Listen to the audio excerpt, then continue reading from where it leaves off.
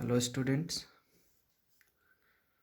देखिए next topic है winding angle, slot angle, इससे रिलेटेड। ओके, तो ये आपका एक स्टेटर है। स्टेटर कोर के अंदर ये डिफरेंट स्लॉट्स कटे हुए हैं।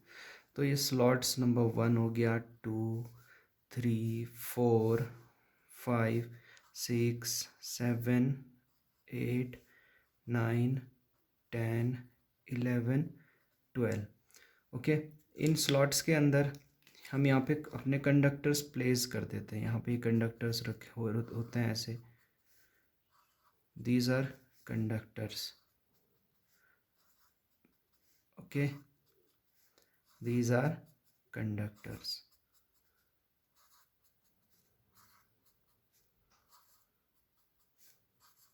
ये आपके वाइंडिंग कंडक्टर्स है जो 3 फेज वाइंडिंग आपका फॉर्म करते हैं। देखिए ये इसमें होता क्या है, ये आपका पोल्स हैं, 2 पोल है, नॉर्थ और साउथ आपके 2 पोल हो गए। टोटल नंबर ऑफ स्लॉट्स कितने हो गए? Number of slots is equal to 12। ठीक है, पोल्स कितने हो गए? Poles is equal to 2। तो इसमें क्या होता है, देखो ये जो स्लॉट्स हैं, इन 2 स्लॉट्स के बीच में जो एंगल होगा, दिस एंगल ये हो गया, या फिर आप बोल सकते हैं ये हो गया वी एंगल, ये स्लॉट्स एंगल। तो ये क्या बोलता है, प्रत्येक स्लॉट के द्वारा contributed phase displacement slot angle कहलाता है। प्रत्येक स्लॉट के द्वारा यानी हर एक स्लॉट के द्वारा जितना भी फेज डिस्प्लेसमेंट होगा, कंट्रीब्यूट होगा, उसको हम क्या बोलते हैं? उसको हम स्लॉट एंगल बोलते हैं। स्लॉट एंगल को हम अल्फा कहते हैं। Alpha this is in electrical degree. तो स्लॉट एंगल आपका जो फॉर्मूला बनता है वो बनता है slot angle alpha is equal to 180 degree. 180 degree मतलब 1 पोल पिच। हम इसको बोलते हैं pole pitch. Pole pitch upon slots पर पोल, ये फॉर्मूला होता है। 180 डिग्री अपॉन स्लॉट्स पर pole is called slot angle. तो यहाँ से हम निकाल सकते हैं कितना, 180 डिग्री। अब हमारे पास कितने स्लॉट्स थे? 12। 12 अपॉन 2 इज इक्वल टू कितना हो गया? 180 डिग्री अपॉन 6 यानी 30 डिग्री। तो अल्फ़ा इज इक्वल टू कितना आया? Alpha is equal to our 30 degree. मतलब कि अगर इसमें जो ये वोल्टेज का ज़ीरो एंगल ले लें तो दूसरे वाले स्लॉट्स में कितना एंगल मिलेगा आपको? कितना स्लॉट कितना एंगल देगा? 30 डिग्री का एंगल देगा। So this angle is called slot angle. Okay, your this is slot angle.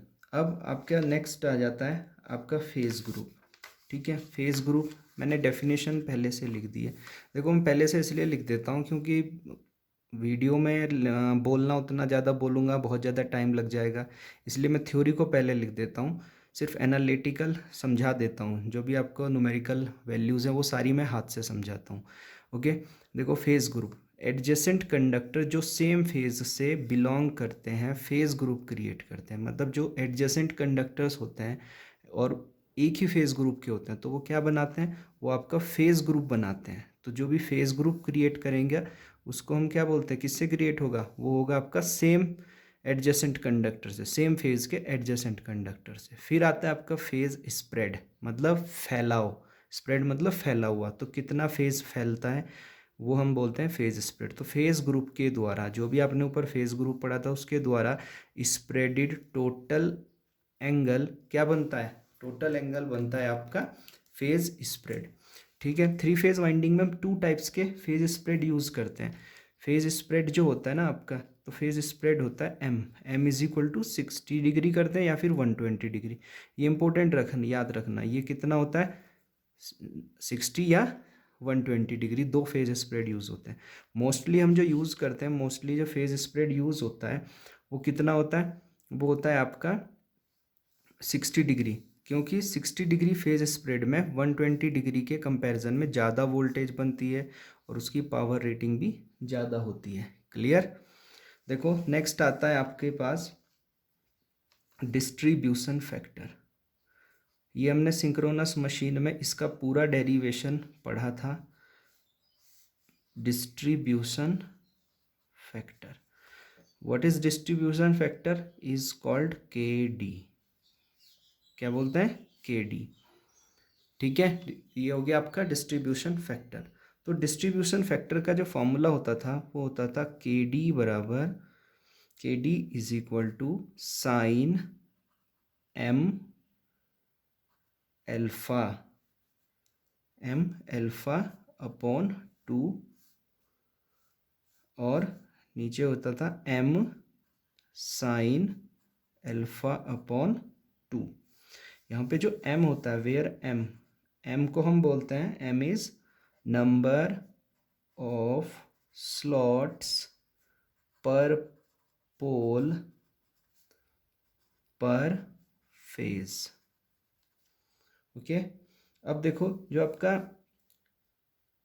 Alpha by 2 है, अल्फा बाय 2 क्या होता है? स्मॉल एंगल होता है, वेरी स्मॉल। मतलब देखो हमने पीछे अल्फा कैलकुलेट किया था, स्लॉट एंगल वो 30 आया था, तो 30 का भी हाफ हो गया, यानी 15 डिग्री, यानी 15 डिग्री, तो बहुत स्मॉल होता है। तो हमारे पास जो नीचे की टर्म होती है साइन अल्फा बाय 2, हम इसको अप्रोक्सीमेट अल्फा बाय 2 ही लिख सकते हैं। तो जो आपका के डी होता है, के डी की अप्रोक्सीमेटेड वैल्यू आ जाती है sine m alpha by 2 upon m alpha upon 2. This is approximated value of kd. कैसी वैल्यू है ये है approximated value. Clear? This is approximated value. तो अब इसमें क्या होता है, देखो अब हम दो फेज स्प्रेड लेके चलते हैं। दोनों फेज स्प्रेड आपका कितना ले लेते हैं, और उनके लिए हम दोनों फेज स्प्रेड के लिए के डी को कंपेयर करते हैं। तो देखो if phase spread m alpha is equal to 60 degree, कितना ले लिया? M alpha is equal to 60 degree. जब एम एल्फा हमने 60 डिग्री लिया, m alpha is equal to 60 degree लेंगे, तो इसके लिए हमें क्या करना पड़ेगा? देखो के डी हम निकालते हैं, तो के डी 60 बोलते हैं, कितना आएगा? के डी 60 इज इक्वल टू, ये आ जाएगा sine 60 degree by 2 upon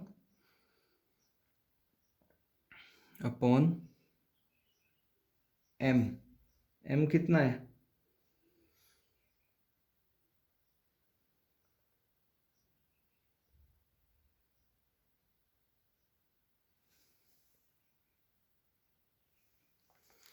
okay, M alpha कितना था?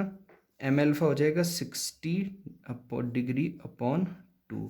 तो हम इसको लिखेंगे के डी 60 इज इक्वल टू, ये साइन 30 हो जाएगा, साइन 30 डिग्री अपॉन 30 डिग्री। अब इसको रेडियन में बदल लेते हैं। तो रेडियन में कन्वर्ट करने के लिए क्या लिखना पड़ेगा? पाई अपॉन 180 से मल्टीप्लाई कर दिया, तो ये कितना आ गया? ऊपर तो आ गया 1 अपॉन, इसकी वैल्यू कितनी होती है? साइन 30 की वैल्यू 1 अपॉन 2 अपॉन 30 से ये कितना आ गया? 6 आ गया। ओके, तो पाई अपॉन 6, तो ऊपर चला गया, तो K D 60 degree is equal to, ये कितना आ गया? 6 अपॉन 2 पाई, 2 से कट के आ गया 3 अपॉन पाई। तो K D 60 is equal to कितना आया? 3 अपॉन पाई। 60 डिग्री के लिए इतना आएगा फेज स्प्रेड। अब अगर हम फेज स्प्रेड ले लें, if m alpha is equal to 120 degree, 120 degree लेंगे तो K D 120 degree is equal to sine 120 degree upon 2 into 120 degree upon 2, ये हो जाएगा तुम्हारे पास साइन 60 डिग्री अपॉन 60 डिग्री। इसको रेडियन में कन्वर्ट करेंगे 180 डिग्री, तो के डी 120 डिग्री साइन 60 की वैल्यू आएगी अंडर रूट 3/2/60 आएगा 3, यानी पाई/3। तो कितना आ जाएगा 3√3/2 पाई। तो KD 120 degree is equal to 3√3/2 pi. अगर हम KD 60 को कंपेयर करें 120 डिग्री के रिस्पेक्ट में तो कितना आएगा KD 60/KD 120 is equal to कितना लेंगे, ये आ जाएगा, इसको रख देते हैं ऊपर 3/पाई इसको हम लिखते हैं 3√3/पाई। तो कितना आ जाएगा, पाई से पाई कैंसिल हो गया, पाई से पाई कैंसिल हो गया। ओके,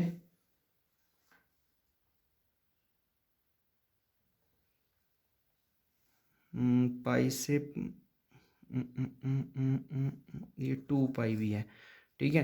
तो ये आ जाएगा 2/√3, यानी जो आपका KD 60 डिग्री है वो कितना आ जाएगा 1.15 टाइम्स ऑफ KD 120 डिग्री। तो ये आपका अब होगा या नहीं वोल्टेज रेटिंग ज़्यादा, क्योंकि आपका जो वोल्टेज होता है, एक्चुअल वोल्टेज होता है, वो वाइंडिंग फैक्टर्स, डिस्ट्रीब्यूशन फैक्टर्स, इनके टर्म्स में होता है। तो ये 1.15 टाइम्स ज़्यादा हो जाता है। ओके, तो इसलिए आप 60 degree face spread mostly prefer करते हैं। क्लियर। नेक्स्ट आपके पास आ जाता है, देखो आपका जो स्लॉट फेज स्प्रेड होता है आपका, एक होता है एम अगर इंटीजर है, अगर एम इंटीजर है तो इंटीजर होगा, इंटीजर मतलब एक पूर्ण वैल्यू, कंप्लीट वैल्यू। इंटीजर होने पर ये क्या हो जाता है, इंटीजर होने पर आपकी जो वाइंडिंग होती है उसको हम बोलते हैं इंटीजर स्लॉट वाइंडिंग या फिर फुल पिच वाइंडिंग। तो एम की वैल्यू 1 2 3 जब भी इस तरह से होगी, फुल होगी एकदम कंप्लीट, तो हम उसको क्या बोलेंगे, फुल पिच वाइंडिंग। और अगर नॉन इंटीजर होता है, पॉइंट्स में होता है, तो हम उसको बोलते हैं फ्रैक्शनल स्लॉट वाइंडिंग, इसकी नॉन इंटीजर। ठीक है, जैसे पॉइंट्स में होगी कोई भी वैल्यू, रूट में हो गई, तो उनको हम क्या बोलते हैं, आप उसको क्या बोलते हैं, जैसे ये आपका है ना पूर्ण नहीं है, कंप्लीट नहीं है, इंटीजर नहीं है, तो इसको हम बोलते हैं फ्रैक्शनल स्लॉट वाइंडिंग या फिर शॉर्ट पिच वाइंडिंग। तो याद रखना, शॉर्ट पिच वाइंडिंग के लिए एम इज़ नॉट इंटीजर। ठीक है, हमेशा देखो जो भी किसी भी हमारा स्टेटर होता है, चाहे वो सिंक्रोनस मोटर का है, ठीक है, चाहे वो 3 फेज इंडक्शन मोटर का, हमेशा जो किसी भी मशीन का स्टेटर होगा वो 3 फेज होगी। तो 3 फेज टाइप कैसा होगा, डिस्ट्रीब्यूटेड वाइंडिंग होगी, शॉर्ट पिच वाइंडिंग होगी और डबल लेयर वाइंडिंग होती है। कैसी भी मशीन हो, 3 फेज इंडक्शन मशीन हो, सिंक्रोनस मशीन हो, हमेशा इनकी स्टेटर वाइंडिंग कैसी होगी, distributed, short pitch, double layer. Clear है। तो this is very important topic, तो आपको ये याद रखना है पूरा। केडी क्या होता है, आपका डिस्ट्रीब्यूशन फैक्टर होता है। डिस्ट्रीब्यूशन फैक्टर में आपकी अलग अलग वैल्यूज़ निकालने के लिए आ जाता है एग्ज़ाम में, बहुत बार स्टेट एग्ज़ाम्स में आया है केडी की वैल्यू कैलकुलेट करने के लिए। ठीक है, ओके स्टूडेंट, थैंक यू।